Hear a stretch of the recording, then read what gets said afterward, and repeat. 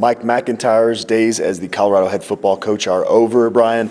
A lot of speculation around here the last week, and it became pretty clear based on Mike MacIntyre's comments last night, which were received horribly by Colorado fans, that Rick George had to act here, even with one game left in the 2018 season. Yeah, he really did, and I understand what Mike was trying to do. I think that, as much as he kept saying, hey, this isn't my last game, I'm going to coach here as far as I know, I think he saw the writing on the wall, and I think that a lot of his stuff, the whole bringing out the Buffalo picture and, trying to distract us, try to take focus off of him with the wildfires and all that last night. I think a lot of it is he's trying to, set himself up for his next job. But I think on the way out, I think he looked bad this week, and it didn't play well. And it's hard as a head coach because when in the years that pass, when they're losing, and he comes in and he's all heated and he doesn't want to take questions, he gets criticized for that. Mm-hmm. This year, I think he did.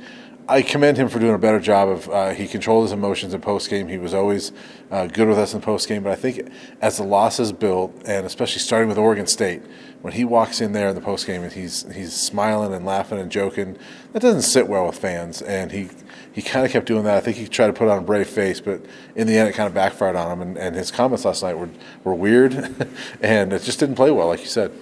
Rick George informed Mike MacIntyre this morning, then held a team meeting, talked to the players, said, hey, the rest of these coaches are under contract, and that includes Katie Basin on the academic side, and the players were allowed to have some input. And one of the guys that they endorsed as a potential interim was Kurt Roper, the quarterback's coach, and he will serve that role. Another thing I heard out of that meeting is the players really, really endorsed what Drew Wilson, the strength coach, has done for them, trying to convince Rick George down the road to have him as a guy that stays on staff here. Yeah, and that's a good thing to hear. I mean, you see the results, and I think he has done a good job. And Drew got a long contract as compared to the other coaches. He got a long contract this last year, so they like him around here, and the fact that the players like him, is a change from the previous strength coach. So I certainly think Rick would look long and hard at that, and of course, a lot of it, as Rick said today, is going to be on the next head coach. I mean, you kind of want that guy to bring in a staff he's comfortable with, but it sounds like recommendations will be made to keep some of the guys on this staff, and I like all the guys in the staff. So personally, I hope that there are guys that stay. Part of an athletic director's job is to kind of look into the future. Mm-hmm. And so the wheels are already in motion with this coaching search. Rick George, of course, warned fans not to buy into all the rumors, but there's no way you can avoid that. It is what it is. It's called a silly season for a reason. He didn't really go into details about what the next head coach is going to be here, but we know that's going to be a guy that this athletic department thinks is going to be a top-notch recruiter. Yeah, so basically what he's saying is no Twitter stalking, right?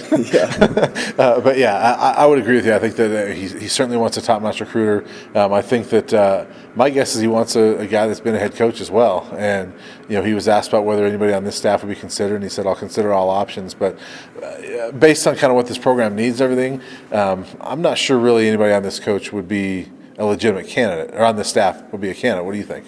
Well, Ross Ells is the only coach that has head coaching experience, right? At the college level, yeah. At the college level. So, yeah, I would agree with you there. And going back to Mike MacIntyre and why he was fired, Rick George just said, hey, it comes down to consistency with wins and losses. It wasn't anything in particular other than the fact that they didn't build on 2016. Yeah, they really didn't. And, going into 2017, Mike MacIntyre said, hey, I just don't want people to think we're a one-hit wonder. We need to prove that we're not, and they didn't, unfortunately. And you look at his tenure, 30 wins, 30-44. He starts off 10-27. He goes 10-2 to start that 2016 season. He's 10-17 since. So there's kind of 10-win increments, since they beat Utah for that 2016 Pac-12 South title, it's been downhill. I mean, they get blown out in the title game and in the bowl game, and they've gotten off to good starts the last 2 years, but not against great competition. And last year 3-0 start, but it was fool's gold. We talked all throughout that 3-0 start that boy, they're not looking very good, and then they go 2-7 in conference. They're right now staring at another 2-7 in conference. I know Mike MacIntyre's comments about the fact that he had 3 opportunities to leave and didn't rubbed a lot of Colorado fans the wrong way. I think once we go into the future a little bit and fans kind of look at exactly what he inherited and what he built here, he will get a lot of credit.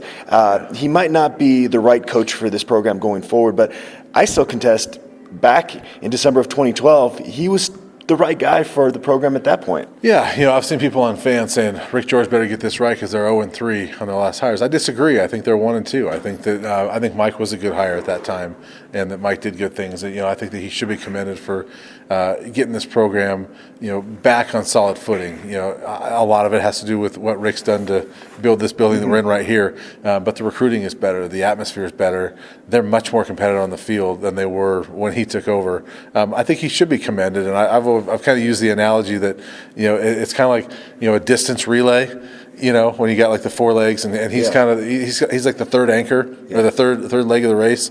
Does a good job getting your team in the lead, but he's just struggling getting to the finish line. Needs to pass off the baton. He needs he's now passed off the baton. I think somebody else needs to come in and finish the race. Of course, there were even prior to this year, Les Miles rumors because he had a relationship with Rick George, had a history here as an offensive line coach at CU, and he's now the new head coach at Kansas. And I think there's quite a few CU fans out there that are kind of frustrated because had he been hired here, it would have been a big name hire that would have gotten a lot of attention. But he hasn't coached in a couple of years, and he's older. If you're looking for a long-term solution, maybe that wouldn't have been Les Miles. Yeah, I agree, and I think Les is a good fit at a place like Kansas. That they need a jolt, something like that. They need somebody to come in with a big name that they're going to be on the national radar a little bit, at least until he starts losing a lot of games, if he does. But I think they kind of needed that. But here, I'm not sure it was the greatest fit. I think we all saw that as it's a big name, and I think bringing Les in here would have given CU a jolt, but I don't think he's necessarily the guy that needs to come in here. I think there's plenty of people that can take over what is a solid foundation and take it to the next level. Whoever is hired here is going to first look at this staff because I think there are some quality coaches on the staff to retain, and then he's also going to inherit a pretty talented football team with the senior quarterback. Yeah.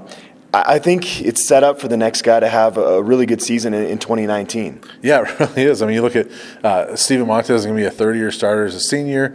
You've got Laviska Shenault he's got to be on the Heisman list going into next season because he was on it healthy this year. Katie Nixon.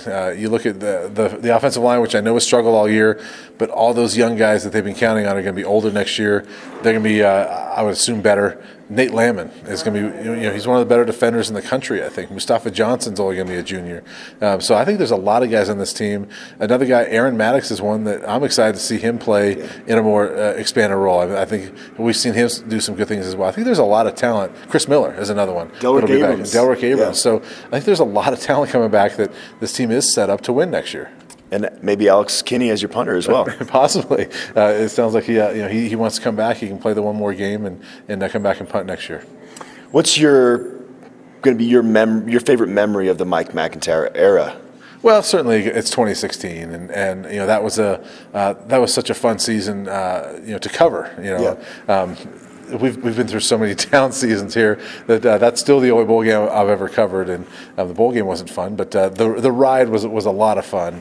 And for Mike, I was really happy for him and Cepho and Jay and all the seniors and everything, but happy for Mike in that moment because he had put so much work into it. And I know fans, there's a lot of fans that they're spitting a lot of venom right now at Mike MacIntyre, but you can't deny the fact he put his heart and soul into this program, and to see that come to that result, I thought was really good for him, and certainly it's got to be one of the highlights of his career. And he got compensated for 2016. Yeah. So he did get the reward there. I know he's a competitive guy. That's the last thing he wants to do is get fired with a game left in the 2018 season. But it's the assistants that maybe don't get retained here that are more, not rewarded for that 16 season. Yeah, and I think the good thing is for the assistants, I think a lot of them have been. I like the legislation that came out this last year. They were able to get most of those guys, all but Bernardi, I believe, got multi-year extensions. So all of them are under contract for next year, and so even if they're not retained, they're going to have that little bit of a buffer for them. And I think they're all good coaches that if it's not here, they're all going to coach somewhere, don't you think? I think so. Yeah, I think every coach on this staff, maybe maybe Bernardi retires after this, but yeah, those guys will be just fine if they don't end up being here. A lot of verbal commitments at this point. Their recruiting class currently ranks 5th in the Pac-12. They haven't had a class rank in the above 8th in the recruiting rankings in the conference in over a decade. So it's going to be an interesting month here. There's that early signing period really puts the pressure on Rick George to act quickly here. It does, and you would know this better than I do following it, but I would imagine that my guess would be over the next week or so, until things are settled, I would imagine we could see some decommitments, some guys that waiver, some things like that. But I would imagine as long as they get a good coach in here, that they can finish the class strong and have a good final couple weeks and really put this class together. That's my thought of it. But I mean, do you feel like this is a class that will stick together? Or do you think we'll see some guys that fall off?